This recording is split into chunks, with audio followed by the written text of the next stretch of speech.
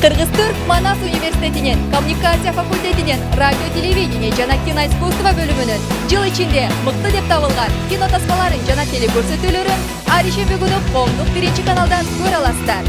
Ар дайым биз менен бирге болуңуздар.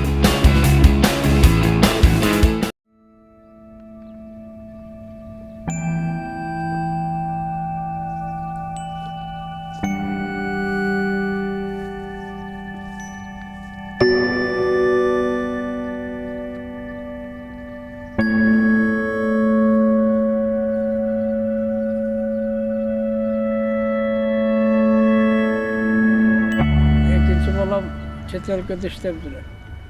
Ondan da dayın yok. Nevrelerim enesi menen çağırdı. Baldarıma boğurma oluyor.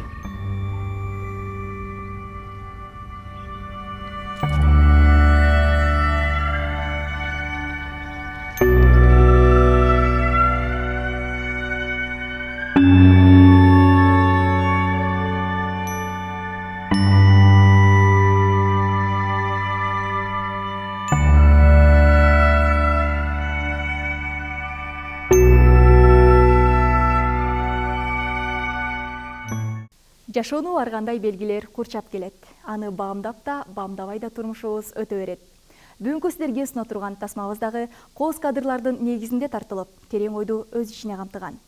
Жалаң гана мыкты тасмаларды элге тартуулаган дебют программасы өз ишин баштады. Кутмандуу кечиңиздер менен. 2015-жылдын күз айларында Алматыда 5-эл аралык студенттерден Бастау 2015 кино фестивали болуп өттү. Ага 20 өлкөдөн келген жаш режиссерлор катышты. Жалпысынан 170 тасманын ичинен 60 гана тасма тандалып алынган. Кыргызстандан 7 тасма катталып, 4 тасма фестивалга катышууга жолдомо алган. Алар Таксист, Топурак, Физрук жана Күн жана Чал тасмалары. Сиздер менен бүгүнкү көрсөтүүбүздө Күн жана Чал тасмасын чогуу көрөбүз. Аталган тасманы жаш режиссер Нурсултан Станалиев тарткан. Ал учурда Кыргыз-Түрк Манас университетинин коммуникация факультетинин 3-чү гана курсунун студенти. Анын поэтикалык тасмасы жаш студент кыз менен 80 жаштагы карыя тууралуу. Алар эки башка. Студент кыз жаңыдан гана чыгармачылык жолун баштаса, а жашы өтүп калган карыя узак жана кыйын жашоодо жашап өткөн. Ал эми тасмадагы калган кызыктарга өзүңүздөр күбө болуңуздар.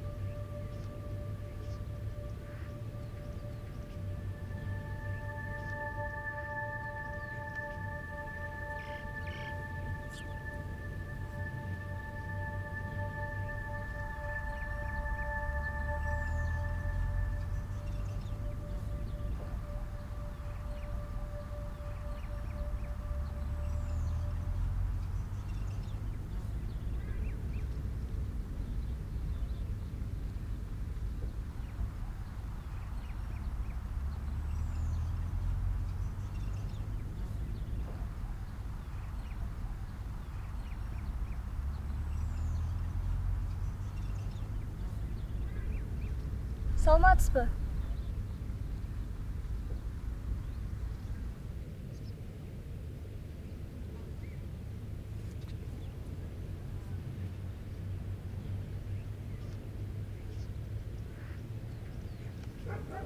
Эс алып жатасызбы? Ооба. Сизди тартсам болобу? Кантип? Сүрөткө. Мен сүрөт тартам. Чырайым жок да. Сиз чырайлуусуз. Чын айтам. Тартсаң тарт, мынча болду.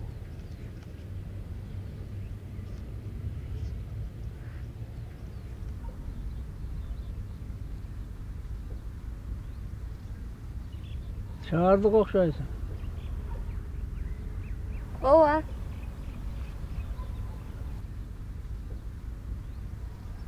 Bunun atılıp erişevi? Ары кандай? Негизи жакшы тартсам төлөп беришет.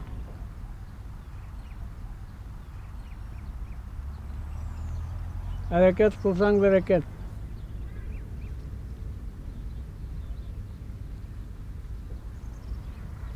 Сиз ушул жердик болосузбу? Ооба.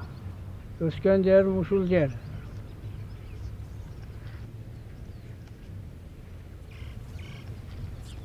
Жашыңыз канчада?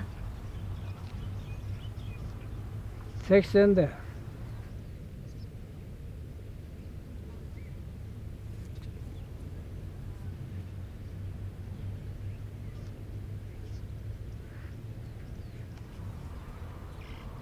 Күндү карачы.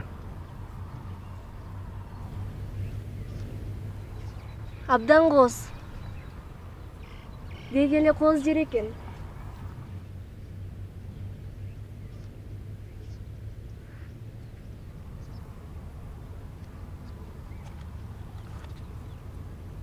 Men eме barayın. Сиз эртең дагы келесизби? Келem.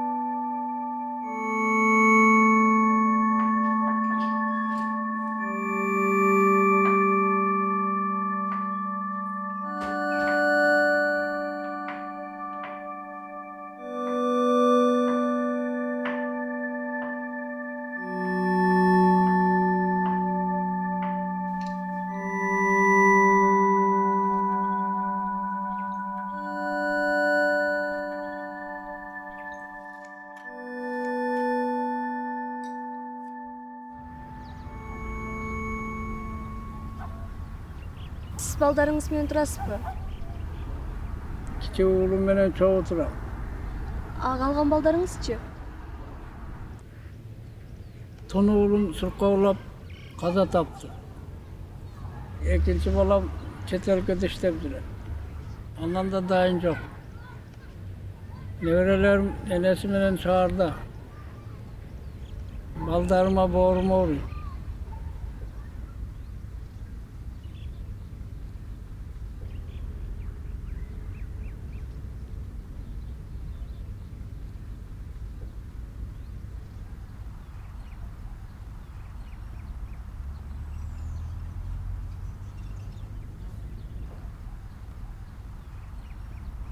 Erten cağınca açuday.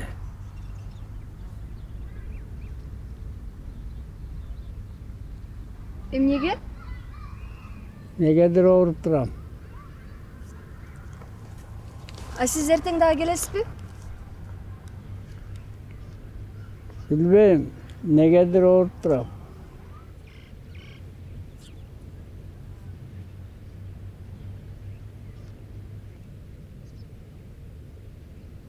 Могул таш сиздерде эмне деп аталат?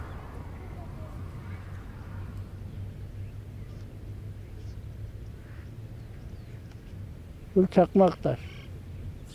Soğuş vağında usunu men ot çağışçu. Allah koy kızım. А сиз кайсы үйдө турасыз?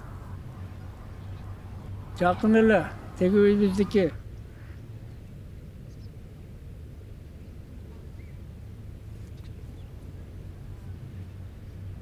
Ben kettim. Doğurup duram.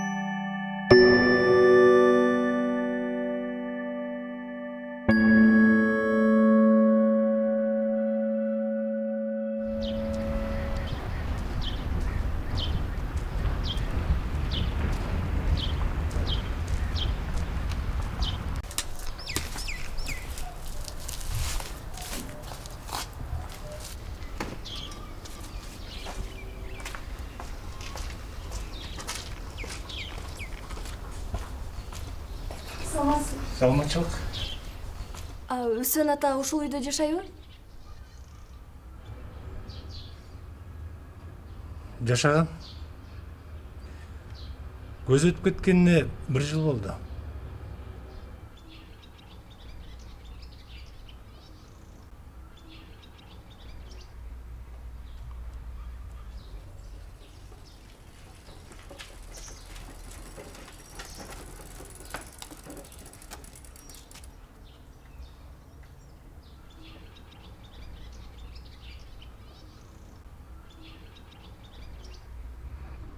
Анын көзү көрчү эмес беле?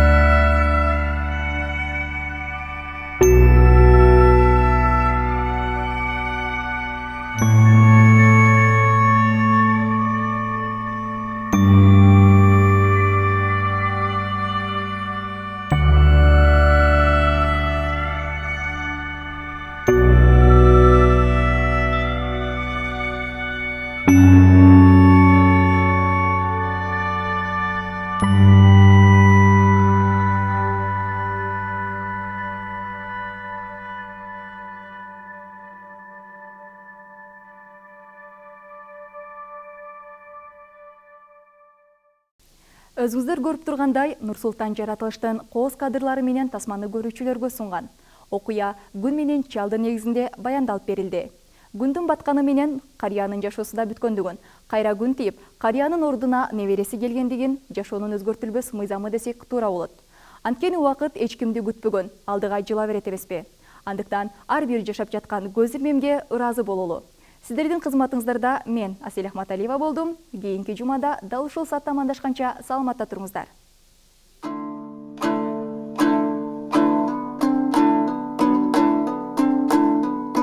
Мамлекетибизди маданий жана руханий жактан өнүгүүсүнө салым кошуп турган таланттуу жана улуу адамдарыбызды барктоого милдеттүүбүз.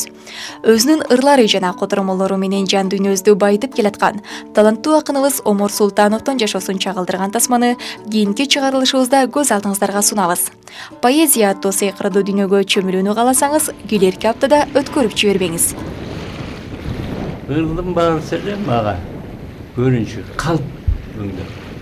Эмнеси экенин билбейсиң, бирок сезгенсиз. Мен эмне көрдүм, ошону беришим керек да. Эмнени башыман өткөрдүм, эмнени жүрөгүмөн өткөрдүм. Мен апам дагы ырчы, өзү жашчы эмес, но ырды мындай сөздү жакшы түшүнгөн. Атам болсо кадимкидей эле акын экен.